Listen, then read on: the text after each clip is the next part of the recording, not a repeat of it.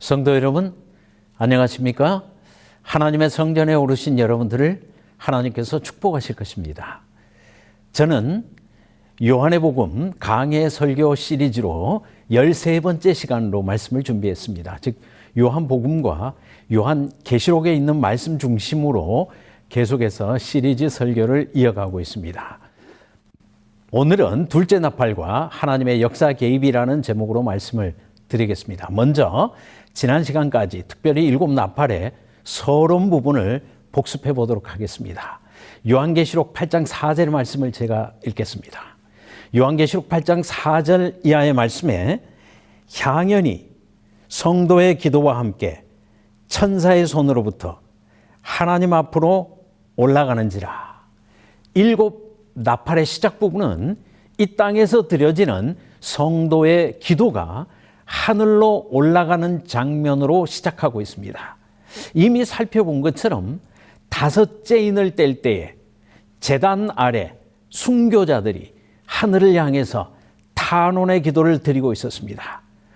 하늘을 향해서 거룩하신 대주제여, 우리의 피를 신원하여 주지 아니하시기를 어느 때까지 하시겠습니까? 하고 하늘을 향해서 부르짖었습니다. 이 기도가 7 나팔에서는 하늘로 올라가고 있다는 것을 알 수가 있겠습니다. 마치 향처럼 이 땅에서 드려지는 기도가 하늘로 올라가고 있습니다. 그런가 하면 두 번째 장면을 보시면 하늘 성소에서 예수님께서는 성도들의 기도를 다 취하셔서 당신의 거룩한 의 십자가에서 흘려진 그 공로를 첨가해서 아버지 제단으로 향달될 수 있도록 그 향을 드리시고 그 결과 하늘에서 기도의 응답이 이 땅으로 내려오게 되는 것을 우리는 알 수가 있습니다. 세 번째 부분을 보시면 그때 기도의 모든 중보가 원만하게 이루어졌을 때 하늘 제단에 불을 담아다가 땅으로 쏟는 장면이 7 나팔의 서론 부분에 나타나고 있다는 것을 알 수가 있습니다. 다시 요한계시록 8장 5절 이하의 말씀을 제가 읽겠습니다. 요한계시록 8장 5절의 말씀에 천사가 향로를 가지고 제단에 불을 담아다가 땅에 쏟음에 우레와 음성과 번개와 지진이 나더라. 성도들의 기도는 예수님의 중보를 통하여 아버지 하나님에게 응답받을 만한 기도가 되었습니다. 이제 아버지 하나님께서는 예수 그리스도를 통하여 이 땅에 직접 기도의 응답을 보내시는데 그 응답을 보낸다는 신호가 하늘의 불을 땅에 쏟는 것으로 나타나고 있습니다. 그때 네 번째 부분을 살펴보시면 이 첫째 나팔을 불 때, 둘째 나팔을 불 때 이 땅에 하나님의 임재, 하나님의 역사 개입이 일어나고 있는 것을 우리는 볼 수가 있습니다. 하나님께서 역사 속에 개입하신다는 것은 우레와 큰 음성과 지진과 이런 것으로 나타나고 있다는 것을 알 수가 있습니다. 그렇다면 성도들은 누구를 위해서 기도하며 그 기도는 어떤 의미가 있는가? 누가복음 23장 44절의 말씀을 또 제가 읽겠습니다. 이에 예수께서 이르시되 아버지 저들을 사하여 주옵소서, 자기들이 하는 것을 알지 못함이니이다 하시더라. 예수님께서 십자가 앞에서 드리신 기도는 땅에 거하는 자들, 십자가의 의미를 알지 못하는 자들을 향해서 아버지 저들을 용서하여 주십시오, 자기들이 하는 일을 알지 못합니다 라고 예수님께서 말씀하셨습니다. 마찬가지로 예수 그리스도를 믿음으로 하늘을 향해서 부르짖는 성도들은 자기 십자가를 지고 예수님과 똑같은 기도를 하고 있는 것입니다. 땅에 거하는 자들을 심판하여 신원하여 달라고 기도하는 것입니다. 즉 땅에 거하는 자들도 복음을 이해하고 우리를 핍박하는 대신에 하나님의 복음의 구원에 반응하기를 그들은 기도하는 것입니다. 그러므로 7 나팔을 한마디로 정의한다면 이 땅의 악인들을 위해서 기도하는 의인들의 기도에 하나님께서 응답하심으로 역사 속에 구체적으로 개입하는 것이 일곱 나팔의 큰 흐름이라고 하는 것을 우리는 알 수가 있습니다. 그러면 지금부터 본격적으로 우리 일곱 나팔에 대해서 살펴보면 지난 시간에 첫째 나팔에 대해서 살펴봤습니다. 초대교회는 자신들을 핍박하는 한때 자기들의 형제였던 유대인들을 향해서 기도했습니다. 사실 초대교회가 첫 번째 극심한 핍박을 받을 때 형제들에게 핍박을 받았습니다.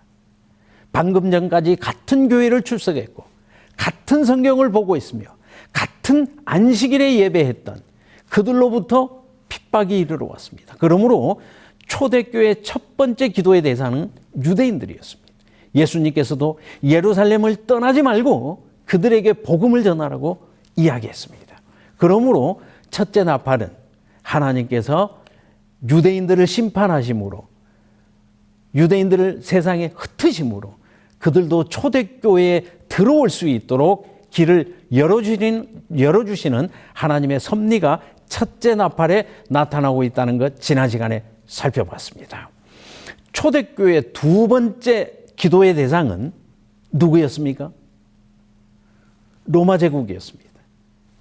그들을 핍박하고 그들을 포로로 잡은 로마 제국, 그 로마 제국의 핍박을 향해서 초대교인들은 두 번째 큰 기도의 제목으로 그들을 위해서 기도하게 되었습니다. 그러므로 오늘 두 번째 나팔은 초대교회가 드리는 두 번째 기도에 대한 하나님의 응답으로서 하나님께서 로마에 대해서 심판하시는 장면이다라고 하는 것을 우리는 알 수 있겠습니다. 이제 오늘 본격적으로 본문의 말씀 요한계시록 8장 8절과 9절의 말씀을 제가 또 읽겠습니다. 요한계시록 8장 8절 9절의 말씀에 둘째 천사가 나팔을 부니 불붙는 큰 산과 같은 것이 바다에 던져지매 바다의 3분의 1이 피가 되고 바다 가운데 생명 가진 피조물들의 3분의 1이 죽고 배들의 3분의 1이 깨어지더라 라고 했습니다. 조금은 어려운 내용이지만 여러 번 읽으시면서 이 본문의 말씀을 머릿속으로 좀 그림을 그리듯이 좀 상상하시면 좋겠습니다. 하늘에서는 둘째 천사가 나팔을 불었습니다. 땅에는 불이 또 떨어집니다. 그 결과로 불붙는 산과 같은 것이 바다에 빠치워지는 장면이고 그 결과 바다에 있는 모든 생명이나 바다에 있는 모든 부요한 것들이 다 침을 당하는 그러한 모습이 둘째 나팔에서 펼쳐지고 있다는 것을 알 수가 있습니다. 사실 이 장면은 구약의 바벨론이 멸망할 때의 장면이라고 하는 것을 우리는 알 수가 있습니다. 요한계시록은 항상 과거의 언어, 구약의 언어를 통하여 장래의 일을 예언해 주고 있다는 것을 알 수가 있습니다. 하나님께서 미래를 예언하실 때 과거의 언어를 사용하심으로 이스라엘 백성이라면 하나님의 백성이라면 쉽게 하나님께서 무슨 예언의 말씀을 주시는지를 깨달을 수 있도록 섭리하셨습니다. 그러므로 우리는 이 둘째 나팔을 이해하기 위해서 구약의 언어, 과거의 언어를 살펴보겠습니다. 예레미야서 51장 24절과 25절의 말씀을 제가 또 읽겠습니다. 예레미야 51장 24절 이하의 말씀에 너희 눈앞에서 그들이 시온에서 모든 악을 행한 대로 내가 바벨론과 갈대아 모든 주민에게 갚으리라. 여호와의 말씀이니라. 여호와의 말씀이니라. 온 세계를 멸하는 멸망의 사나 보라, 나는 너의 원수라. 나의 손을 너의 위에 펴서 너를 바다 위에 굴리고 너로 불탄 산이 되게 할 것이니라. 하나님께서는 구약의 바벨론이 이스라엘을 타락하게 하고 이스라엘을 포로 삼음으로 하나님의 백성을 괴롭게 하는 그 괴로움, 그것을 기억하시고 바벨론을 멸망하고 흩으시겠다고 말씀하셨는데 그때 하나님께서 사용하신 용어가 둘째 나팔에 그대로 등장하고 있다는 것을 알 수가 있습니다. 하나님께서는 바벨론을 향해서 너 멸망의 사나 라고 말씀하셨습니다. 그리고 바벨론이 이스라엘에게 행한 만큼 하나님께서 바벨론을 또한 그렇게 경고하고 심판하시겠다고 말씀하셨습니다. 그러므로 바벨론이 불탄 산이 되게 하며 그것이 바다에 빠치우겠다, 이렇게 하나님께서 예레미야를 통하여 경고하시고 예고하시고 실제로 바벨론을 그렇게 멸망하도록 허락하셨습니다. 그러므로 여기 둘째 나팔에 사용되는 것은 구약의 바벨론의 멸망을 인유하고 있다는 것을 우리는 알 수가 있겠습니다. 이 내용을 베드로전서 5장 13절을 통하여 우리는 연결시켜 보도록 하겠습니다. 베드로전서 5장 13절 말씀에 베드로는 이렇게 이야기하고 있습니다. 택하심을 함께 받은 바벨론에 있는 교회가 너희에게 문안하고 내 아들 마가도 그리 하느니라. 베드로는 로마의 교회를 암호적으로, 은어적으로 바벨론에 있는 교회다, 이렇게 이야기하고 있는 것을 알 수가 있습니다. 그러므로 베드로는 우회적으로 로마의 교회를 바벨론 교회로 언급함으로 바벨론과 로마를 연결시키고 있다는 것을 우리는 알 수가 있겠습니다. 그러므로 둘째 나팔에서 행해지는 이 모든 것들은 구약의 바벨론 멸망에 해당하는 그러한 내용을 암시하고 있다는 것을 알 수가 있겠습니다. 계속해서 사도행적 537쪽의 말씀을 제가 읽어보겠습니다.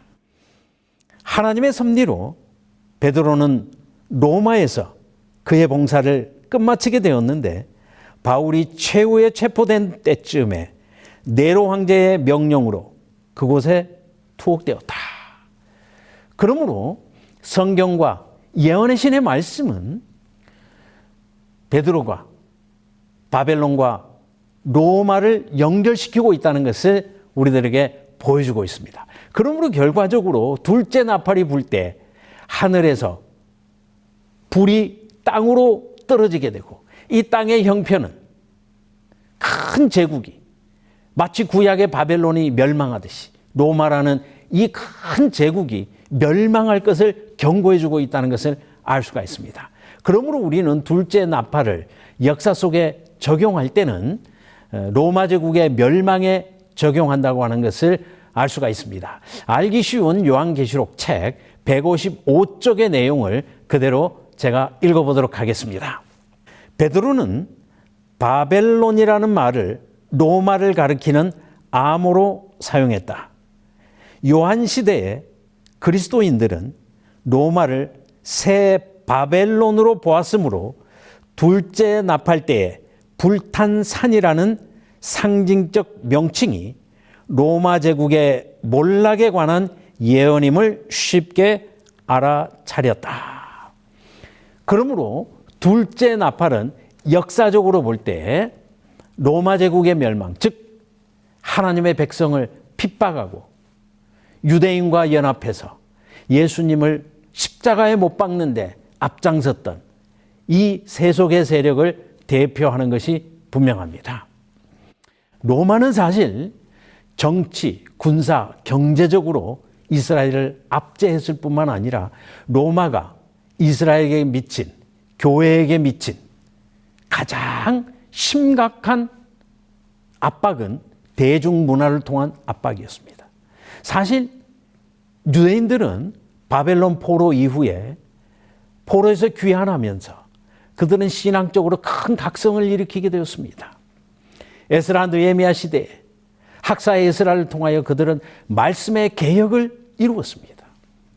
율법서를 낭독했고 유월절을 회복했으며 절기와 예배와 모든 말씀, 특별히 모세의 율법을 회복하게 되었습니다. 그러므로 바벨론 이후에 최고의 신앙적 부흥기, 개혁기에 사실 똑같은 시기에 헬라에서는 플라톤, 아리스토텔레스를 통하여 성경에 필적할 만한 인본주의 사상이 싹트고 있었습니다. 에스라가 이스라엘을 모아서 말씀으로 이스라엘을 개혁할 때에 유럽에서는 헬라의 사상을 통하여 인본주의가 전 세계로 뿌리내리기 시작했습니다. 이러한 사상을 로마는 그대로 이어받았습니다. 로마는 골로세움이라는 큰 원형극장을 세우고, 그 당시의 원형극장은 오늘날 인터넷보다도 훨씬 더 영향력이 큰 것이었습니다. 시골에서 농사만 짓고 살고 겨우 물물 교환으로 세상에 호기심을 채우던 그들에게 원형극장을 세워놓고 거기에 전차가 달리고 투사들이 게임을 하는 이러한 로마의 문화는 한 번만 그 문화를 접한 사람이면 그 매력에서 벗어날 수 없었습니다. 오늘날 인터넷의 시대에 밀려오는 문화 속에 청소년들이 정말 자기의 정체성이 흔들리는 것처럼 교회에 밀려오는 로마의 도전은 칼보다도 더 무서운 이러한 대중문화의 압박이었습니다. 그러므로 로마는 로마시에 있는 골로세움과 비슷한 여러 원형 극장을 그들의 지방 수도 도시마다 그것을 건립하고 백성들을 그 대중문화로 압도해 나가기 시작했습니다. 그러므로 심지어 이스라엘 사람이 안식일에라도 인기 있는 스포츠 게임에 한쪽 귀는 그쪽으로 유혹될 수밖에 없는 1세기 당시의 형편이 우리들에게 알려져 있습니다.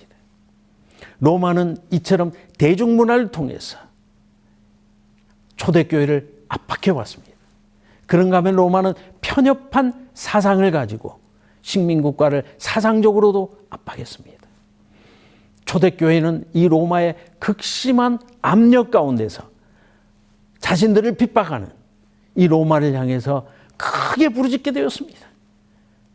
저희가 하는 것을 알지 못하기 때문에 하나님의 교회를 핍박하는 이 정치 세력을 향해서 그들은 원형극장에서 순교자로 목숨을 들이면서까지라도 그들을 대항하는 대신에 그들을 향해서 기도했고 그들의 구원을 위해서 기도했습니다. 그런가 하면 로마 시대의 대제국을 통해서 하나님의 교회를 압박했던 이 사단은 마지막 때에도 이 마지막 교회를 또한 압박해 올 것입니다. 오늘날 이 글로벌 세계에서 디지털 혁명 세계에서 이 대중문화 가운데서 영향을 받지 않는 사람은 거의 한 사람도 없습니다. 휴대폰을 열기만 하면 골로세움보다 더 화려한 유혹들이 우리 앞에 밀려오고 있습니다. 과거에 평생 동안 받을 시험을 어쩌면 요즘 우리 젊은이들은 몇 달 안에 다 경험하고 있습니다. 성인이 되어서 갈등하게 될 많은 갈등들을 오늘날 청소년들이 이미 다 사이버 공간에서 갈등받고 있습니다. 초대교회를 그처럼 압박했던 로마의 압박, 그것이 마지막 때에 다시 부활되어서 월드와이드 웹, 즉 전 세계적으로 전 세계를 그물망처럼 연결한 웹이라고 하는 정말 이 거미줄에 모든 사람이 다 걸려 있습니다. 이러한 인터넷이 지식을 더하게 하고 성경 말씀을 펼치고 성경 말씀을 땅끝까지 전파하는 일에 긍정적인 힘이 있는 것이 분명합니다. 그러나 이러한 디지털 혁명이 우리를 극심한 시험으로 몰아가고 있습니다. 이러한 디지털 문화에서 자유로운 사람은 한 사람도 없습니다. 소위 말하는 4차 혁명 시대에 우리는 알면서도 당할 수밖에 없고 알면서도 헤어나올 수 없는 시대에 우리는 살아가고 있습니다. 사실 요즘은 인공지능이라고 하는 이 AI가 설교까지 작성해 주고 있습니다. 이것이 일반화되지 않았을 뿐입니다. 유튜브를 통해서 인기 있는 화려한 영상이 우리를 유혹하는 것은 뒤로 하고라도 사실 오염된 글들, 심지어는 오염된 설교들이 우리의 분별력을 흐리게 하고 있습니다. 심각한 문제입니다. 요즘은 인공지능에 등장인물, 시대, 장소 이런 것만 세팅하면 인공지능이 소설을 대신 써준다고 합니다. 배경과 등장인물만 입력하면 그것을 희극으로 쓸까요? 비극으로 쓸까요?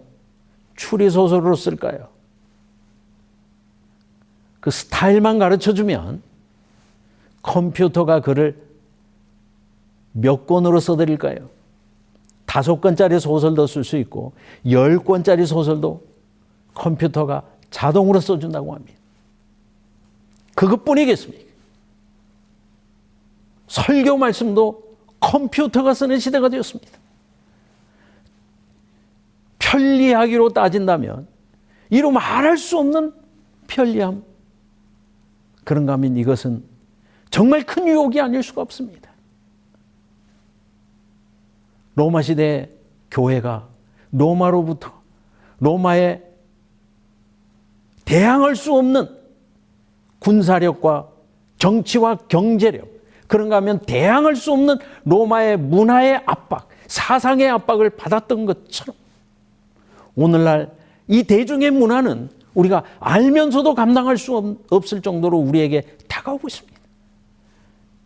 이제는 인공지능이 성경을 스스로 연구하기 때문에 설교 제목과 본문의 말씀과 설교의 주제를 주면 설교문까지 작성해 주는 시대에 우리는 살아가고 있습니다.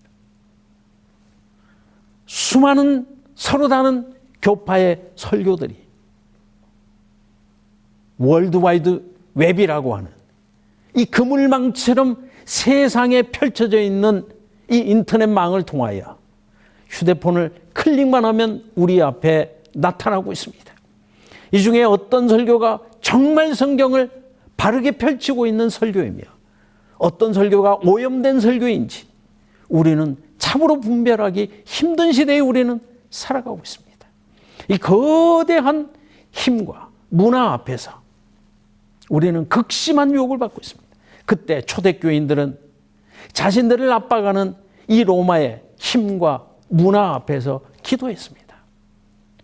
그들은 원형극장에서 순교자로 죽어가면서 하늘을 향해서 부르짖었습니다. 하나님, 저들이 자기가 하는 일을 알지 못하기 때문에 오히려 우리를 핍박하고 하나님을 대적하고 있습니다. 그러나 그들은 우리의 대적이 아니고 우리의 전도 대상입니다. 그러므로 저들도 복음을 이해하고 구원에, 이 교회에 들어올 수 있도록 그들은 순교를 당하면서도 하늘을 향해서 부르짖고 있었습니다. 이것에 대해서 하나님께서는 그 기도를 들으시고 하늘의 불을 이 땅으로 쏟으실 때에 두 번째 나팔에서 하나님께서 역사 속에 개입해 주실 때에 결코 무너지지 않을 것 같았던 로마를 분열시키셨고 로마를 멸망시킴으로 하나님의 백성들의 기도에 응답하셔서 로마의 사람들도 복음을 두려워하고 복음 안으로 들어올 수 있도록 하나님께서 길을 열어주셨습니다. 우리에게는 사실 핍박하는 사람들이 전도의 대상입니다. 타도의 대상이 아닙니다. 하나님의 백성에게 타도의 대상은 한 사람도 없습니다. 초대교인들은 로마를 대항하는 것이 아니라 로마를 위하여 기도하게 되었습니다. 그리고 하나님께서는 그 기도에 응답하셔서 하나님의 방법으로 로마를 분열시키셨습니다. 오늘 여러분은 주변과 어떤 관계 속에서 살아가고 있습니까? 우리 주변에 타도의 대상은 없습니다. 싸워야 될 대상은 없습니다. 하나님의 백성들에게 전도의 대상만 있을 뿐입니다. 일곱 나팔은 자신들을 핍박하는 자들을 위해서, 땅에 거하는 자들을 위해서 그들도 구원받을 수 있도록 기도하는 하나님의 백성들의 모습을 보여주고 있고, 이 기도가 하늘로 올라갈 때에 하나님께서 역사 속에서 개입하셔서 성도들의 기도가 땅에서도 이루어질 수 있도록 하나님께서 돌봐주시는 그러한 장면이 일곱 나팔에 기록되어 있으며, 오늘은 둘째 나팔을 불 때 하늘에서 불탄 산이 바다로 빠치어지는 그러한 계시가 요한에게 열려지고, 그것이 로마의 멸망이라고 하는 기도의 응답으로 이 땅에 나타나는 사실을 우리는 살펴보게 되었습니다. 여러분, 하나님께서 우리의 기도에 늘 응답해 주신다는 사실에 감사합니다. 우리가 주변에 도전이 크고 심지어 가까운 사람으로부터 핍박이 극심할지라도 우리는 그들을 위해서 기도하고, 특별히 오늘도 살아계셔서 우리를 위해서 중보하시는 예수님을 향해서, 하늘 성소를 향해서 기도하시고, 이러한 기도가 하나님의 방법으로 응답된다는 것을 믿음으로 인내로서 우리의 구원을 이루어 가시기를 간절히 바랍니다. 하나님께서 기도하는 백성과 기도하는 교회를 끝까지 승리로 이끌어 주신다는 사실을 인하여 감사합니다. 하나님의 은혜가 이 말씀을 듣는 모든 사람들에게 충만히 임하기를 간절히 바라면서, 오늘 안식일 이 말씀 위에 뜻을 세우는 여러분 모두를 주님의 이름으로 축복합니다. 감사합니다.